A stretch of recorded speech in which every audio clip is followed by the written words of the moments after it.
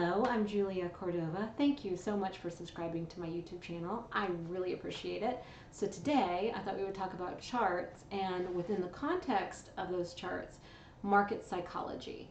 So what is that really? That's just like a two-word way of saying sentiment. And we'll try to figure out why the sentiment is the way it is and how we can sort of try and get ahead of it to figure out what might happen next. So with that said, I am excited about this. All right, let's go. All right, so first of all, I have a picture to start with, and not an actual. Well, it is a chart, right? But it's not. It's not a working chart. I had to make it into an image to share this with you. So first of all, I have some tweets I superimposed on here.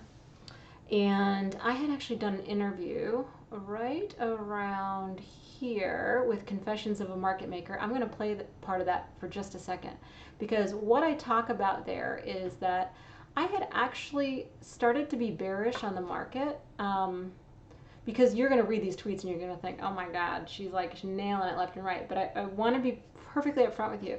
I had started to be bearish on the market really starting in September, because I was like, this is insane. This is like something, I didn't like it. I even drew a finish line here. I'm like, this is where it's supposed to stop. Like, according to all of my calculations, I really wanted it to stop at this finish line. So anyway, it didn't. It kept going, and if I was a robot, if I was like the perfect trader, I could have just switched my bias. Okay, bullish now. But this was right about the time that coronavirus was hitting the news. I was watching what was happening over in Asia, and I thought, there's really not a reason that wouldn't come over here. And if it did, that would be really bad. But anyway, let me just play an excerpt from an interview that I did, and then I'll talk about why I stopped trading ES right around here. Okay, so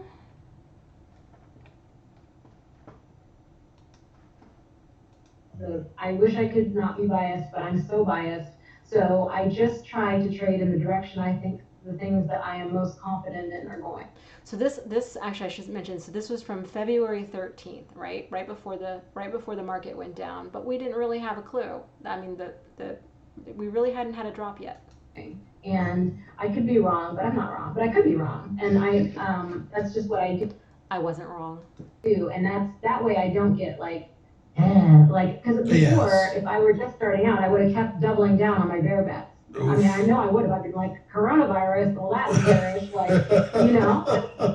And it was bearish, but the market just like la da da da da for months. So let me go back to that chart. Okay, I mean, the coronavirus, right? We started hearing about that here, like right around the time when it back tested the finish line. It should have been a false breakout. I'm just saying. Anyway, yeah. So instead of just flipping my bias and trading long, no.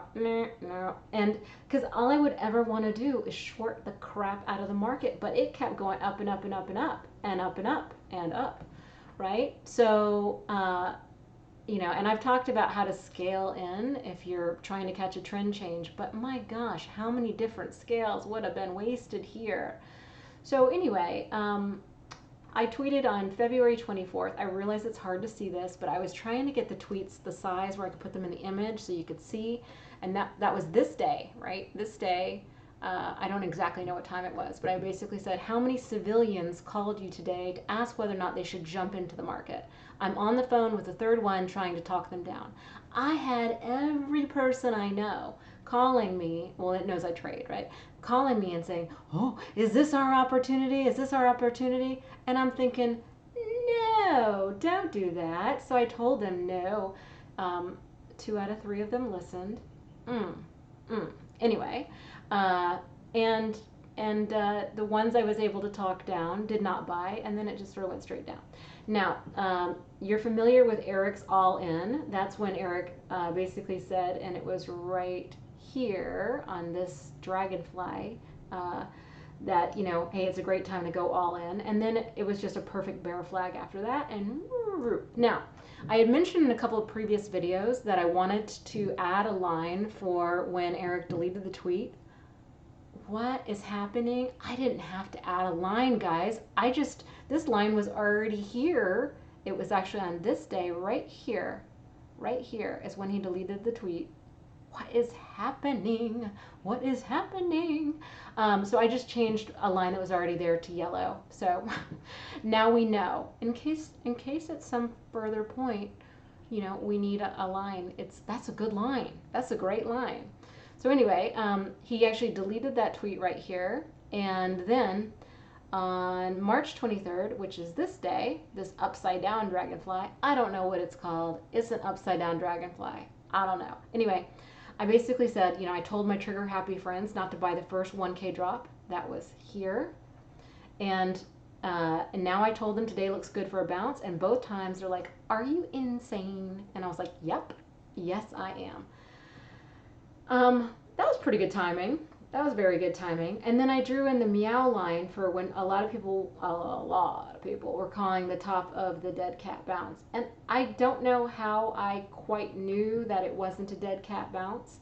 I was saying at the time that I really only had 1 to 2 days of visibility. But I figured that, you know, there were a lot of tweets on Twitter that were comparing this drop to 1929, and they were like, you are here, and then it had a whole nother leg down, and I'm like, and it was getting like thousands and thousands of likes. I'm like, yeah, no, that's like super bullish actually, because like all of us are on the wrong side. I know this. You know, I had been bearish, right, for months. So if you think for one hot second that I didn't want more bearish activity after I had also bought TVIX right here, right when I interviewed, right before I interviewed Michael Listman, which was about right here. So, you know, it's not that I'm like super bull at all, because I could have been bullish this whole time, but I wasn't. I just didn't want to keep trading it because I would have just kept trying to short the crap out of it and losing money, and you know, that's just, I try not to do that in general. So anyway, we nailed the bottom here, and most of that, I think, well, I mean, I don't know exactly. I could say, but I'm not going to say. I got lucky. Let's put it that I got lucky. I nailed the bottom here. This was a nice bull flag, and once we got past the meow line, I was actually pretty confident that I was right.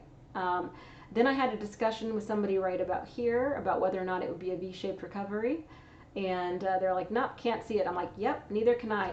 V-shape for sure. Like, who would think? Not me, not you, so that must be it. And so anyway, here we are. Here we are. And it didn't fit on here. I would have put it on here because even if it keeps going, I would like to document my thoughts. But I tweeted on Friday that I was going to let go of some investments that I literally bought right here. I let go of some investments on Friday when we hit 3,200. I started going, and why did I do that? Well, it wasn't because we were exploding again. We've exploded lots of times. It was because when I was way down here, when I told my friends that they should buy this bounce, and they thought I was cuckoo. This time 3 out of 3 of them listened. Yay, yay, good friends.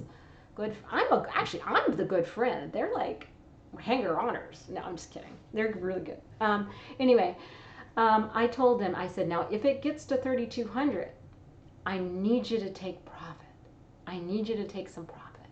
Why? I've said because, like, hello, that would be the lifetime, that would be the gift of a lifetime. I remember saying that. Now,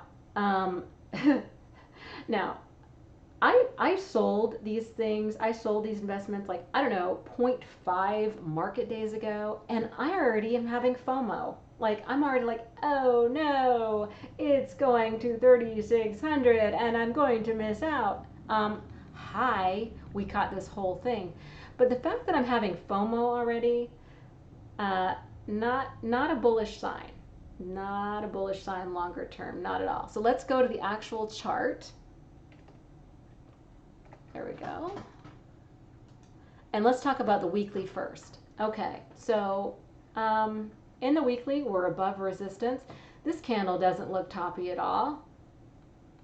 But you know, that's actually exactly the kind of candle I look for a top. Now, I'm not saying it can't go higher, but you got the three green soldiers, three white soldiers. I'm not sure what they're called. When you have three thingies in a row, it's not always that are kind of uniform. It's not always a good sign. It's somewhat bearish, but there's really, I mean, if I just look at the chart, there's nothing outstandingly bearish. I'm not like, ooh, bearish, all in, short. No, no, no. Now if I draw actually a horizontal line across right pretty much where the price line is, 3186, you can see that it intersects the top of this candle, the bottom of this candle, and the close of this candle. So, I mean, it's kind of resistancy, kinda. You got the three white soldiers, whatever. It's kind of bearish, kind of. But just, you know what? If I'm just purely computer looking at this, I don't see anything. I don't see anything super bearish. There's really no reason for somebody to get out. Looking at this chart, I wouldn't say, "Oh, get the heck out." Like, I wouldn't do it. So, I'm just trying to explain my psychology about why I did. So let's look at the daily chart now. Okay. Okie dokie. So I never moved this over, but if I did, I'd move it right here. And I'm going to change the color of this line. I probably should have done it before, but you know, I'm not that organized. And so it looks like we closed. And originally I had targeted this dotted line because, you know, honestly, I'm not sure I thought it would get all the way back to the finish line. Like, why would it do that? And I liked the dotted line because look at all of this interaction here. Like right when it started to drop, this was where the bear flag kind of like maxed out. It's a beautiful dotted line. But we passed right through it like butter on Friday. I was like, oh, oh, ooh, ooh, ooh, ooh, ooh. And I waited because we weren't above RSI resistance at the time. I waited to short. Now, you know how I trade, right? I'm not going to go all in short. I'm going to scale in, especially when something looks that freaking bullish. Now, felt like a blow off top, but you don't know whether or not it's a blow off top until the end of the day because you don't know the size of the top wick. I mean, it's not as much as I would have wanted for it to be a blow off top. If I'm being like 100ths with you, it's not. It's not. And if futures reaches a higher high tonight, it's Sunday at 3 right now, 3:18 right now. If futures reaches a higher high, then the next week will go higher. The next day will go higher,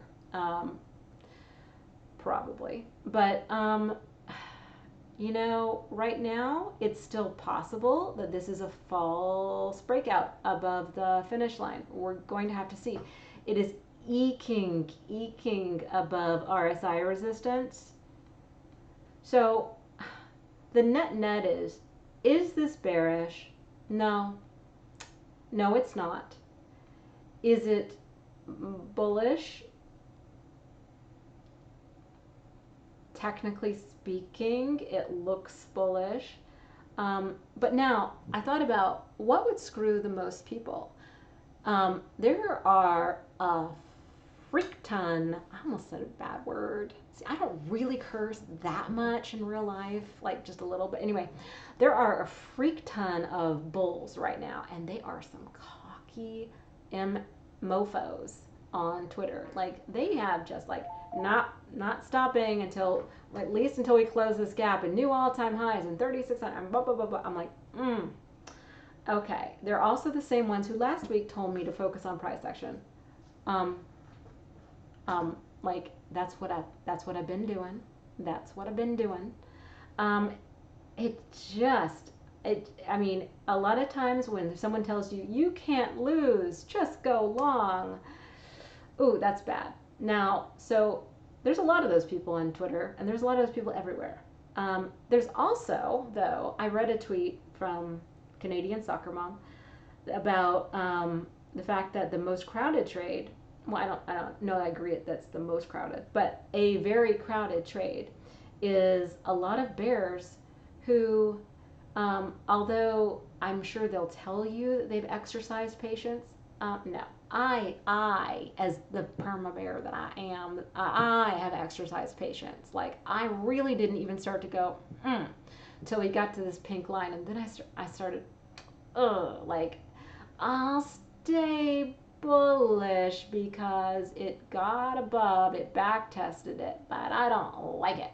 I don't like it at all. Anyway, the crowded trade is bears that have just been sort of like, oh, like I went bearish. I just took a small loss. Mm-hmm. How many small losses have you taken? Just out of curiosity. I'm just a little curious. Anyway, bears that have taken a small loss or bears that are still waiting, still exercising patience. I mean, I have to say, if you're a bear and you've been exercising patience this whole time, that is super much worse than what I did when I got out here and waited here. Because look at that, it's from here to here versus like, where was I? Like here to here.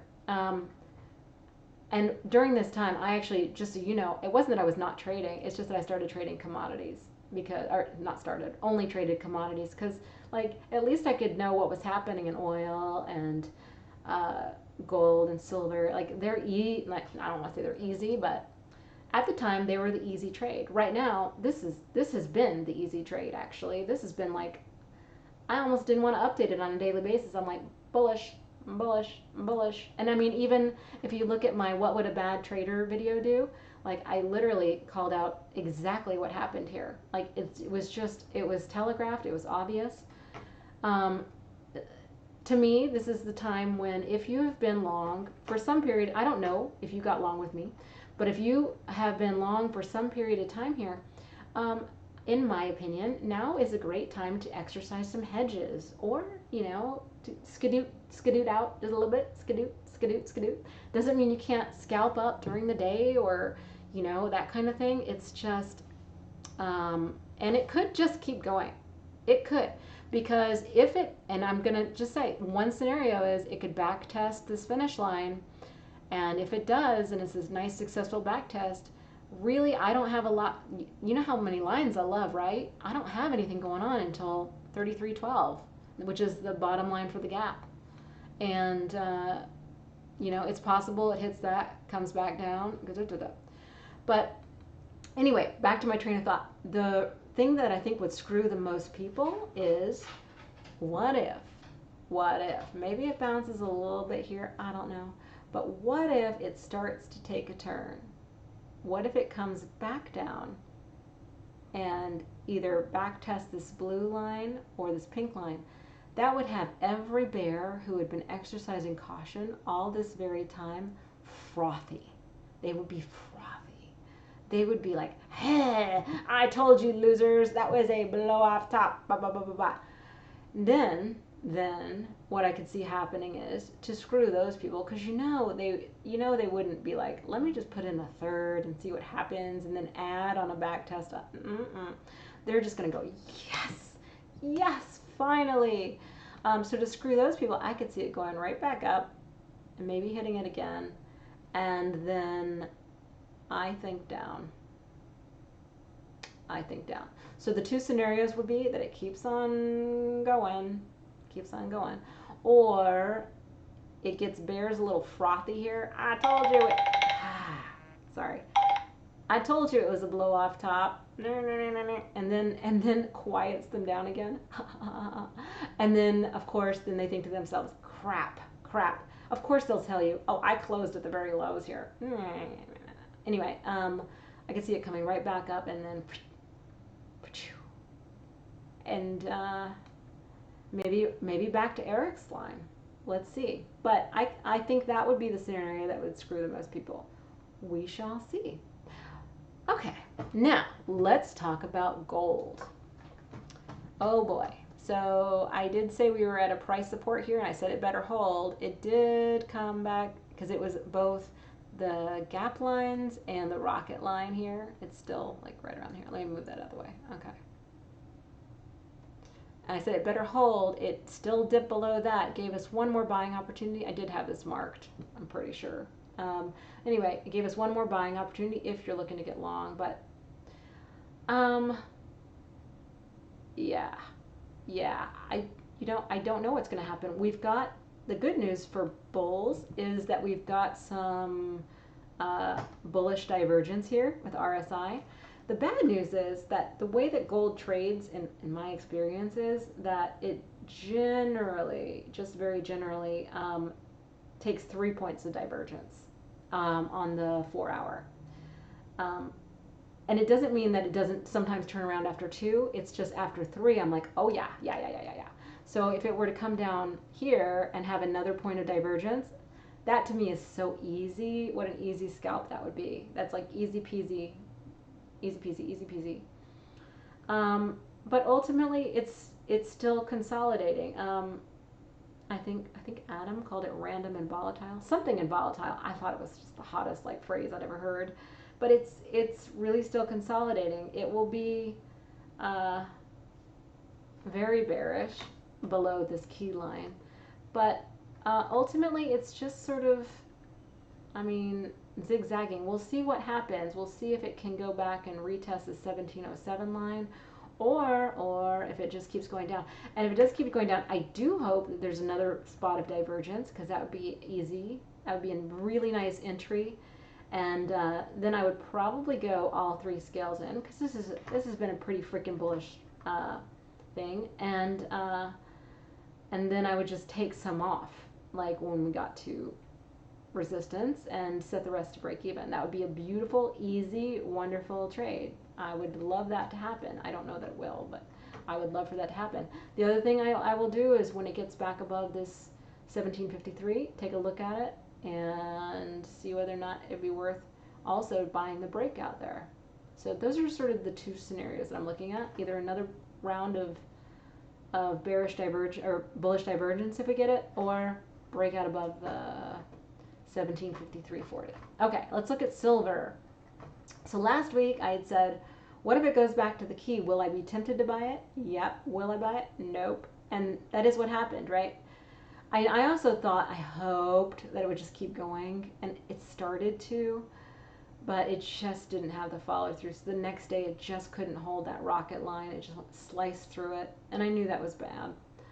But anyway, so it closed. I mean, gosh, how good is this line now, right? Because it closed exactly on this day, and then it started the next day there, and then it just couldn't hold the key. So if it goes up from here, I'm going to a little bit be on the lookout for a head and shoulders. You can see this might be a shoulder, this might be a head, there might be another shoulder forming.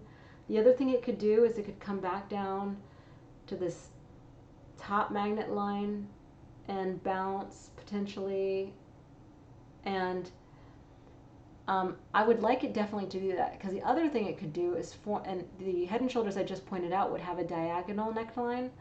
It could also have more of a horizontal neckline, which would have it go down to about 1723 or so, maybe a little bit lower.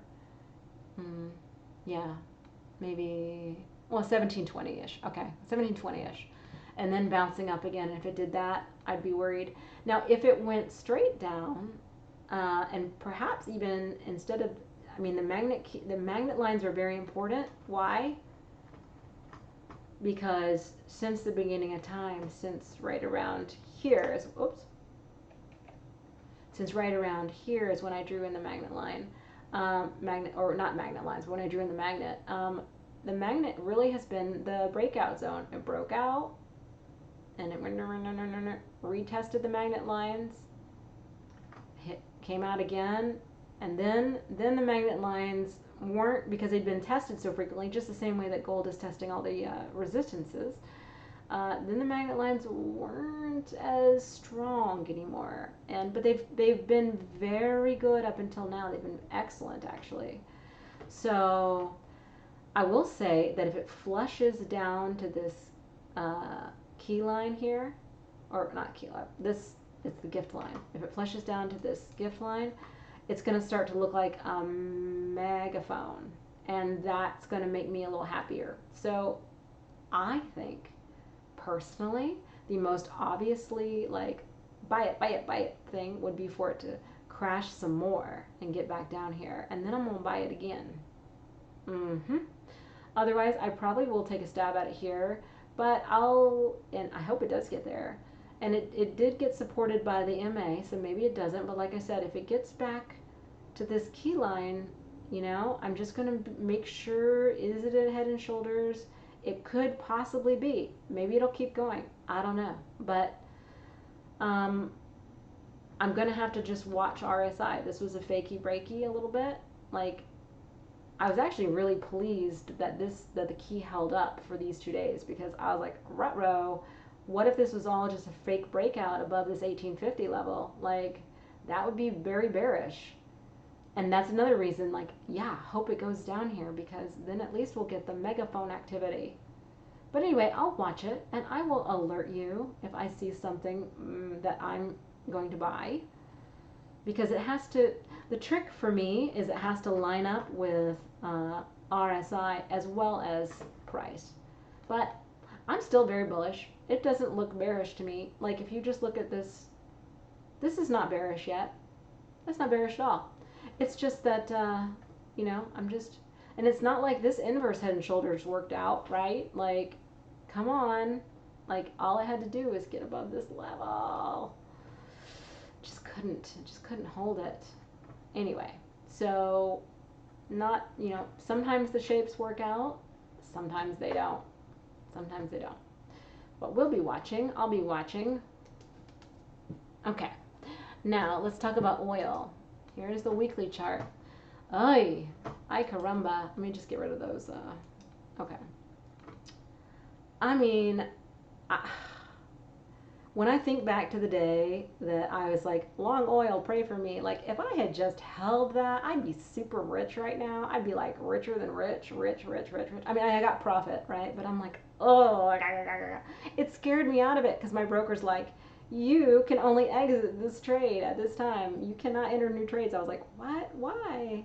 What if it's still, it just scared me. If I'm being really honest, it just scared me. I was like, I want to get the heck out of here.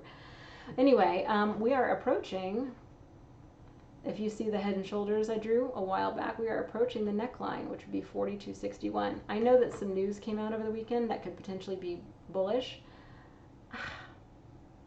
I don't know. Every time that happened before and I was long and I was like, I wouldn't short this, guys, like, it just freaking tanked. I mean, it opened up, right? But then it just went boop, straight down. So maybe this time is different. I don't know. But I might be shorting it on open. I have to see where it is. Ooh, very exciting. But not if I drink wine, because I got myself into another situation once. I'm not even going to talk about that. That was like, yeah, don't drink and trade, kids. Don't drink and trade. Okay. Anyway, let's go to the 4 hour. I'm cracking myself up. Okay.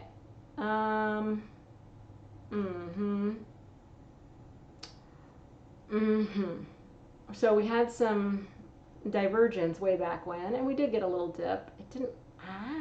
It got right there. I didn't buy it, because I'm still not, you know what, I need to get another monitor if I'm, I do, because before I felt like I was good with one monitor, but I feel like now I might need another monitor, but it's okay.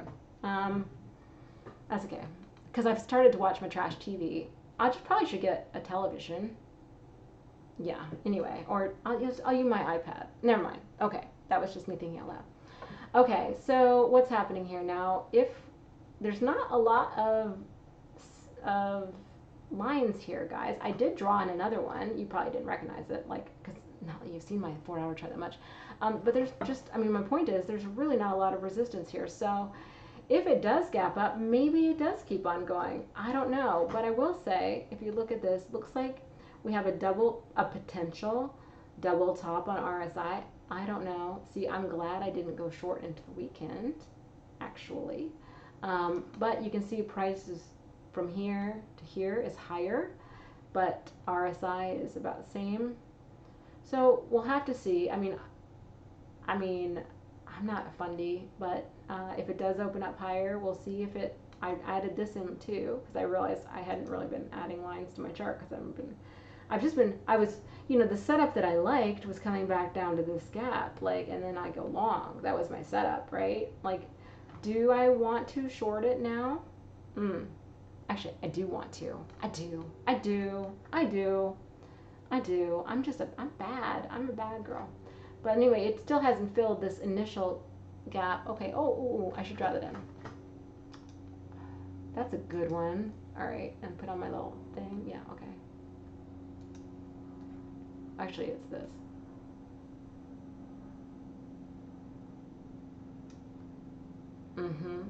So it hasn't quite filled the whole. I'm gonna draw that one in too. Okay. So it hasn't quite filled this whole gap. So maybe that's what it does. Maybe it goes up here somewhere and then I don't know. But that's what I'm looking at. Let's look at Natty. Oops. Let me get Natty up. Sorry. I thought I was prepared. I was not. Okay. I was long Natty like over the weekend last weekend. Was I happy about that? Nope. Did I have to scalp my little bootay off in order to not be unhappy? Yep. But it's still not really doing anything. I had mentioned last week it might be like a giant bear flag, right? Like might be. But then if you look at the 1 hour, which I'm not going to pull up because it's like secret sauce, or maybe I just want to share it. I don't know. Anyway, if you look at the 1 hour, it does look like there is a huge inverse head and shoulders, and 1.86 was the neckline. So let's see what that is here. Yeah, here. Yeah, and you can see. Here you can't see the head and shoulders because of the, it's a different time frame. It's the 1 day, but you can just see that this has been a consistent 1.64 actually. 1.864 has been a very consistent resistance. So if it gets above 1.864, I think it's gonna mix squeeze. I think it's gonna mix squeeze all the way up. Well, I don't know, but as you know, if I take a mix squeeze, my ass will take profits. Like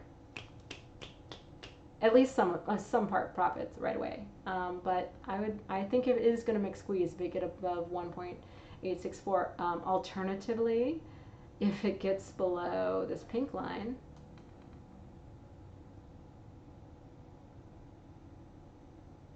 which is 1.72 on Sunday night / Monday, yeah. Who knows? Because it does some weird things sometimes. But yeah, that'll be bad. That would be a nice scalp short. What is the mix squeeze short? A mix explode? I don't know. But anyway, that's what I'll be looking for. Okay, that's it. The only other thing I wanted to show you was the tweet from Friday where this is, what he's talking about, the Dow up 30%. Yeah, and I just didn't have time to put it on my picture. And I wanted to show mine as well because even though I could be wrong, I might be wrong. It's possible. And then I'll feel bad, except for the fact that I got those motherfuckers out at the top and I got them back in at the bottom, so I'm not going to feel that bad about it. And also, it's not like we can't scalp intraday. I'll just have to help them. I'll have to be nice to them. I don't know. Anyway, okay, so that's it. I hope that you are having a fantastic weekend, and I am sending you lots of love and happiness and joy. Okay, talk to you later. Oh, wait, I forgot to go big again. Let me see. Okay, anyway, all right. Thank you so much for subscribing to my channel. I appreciate it. Okay, take care. Bye.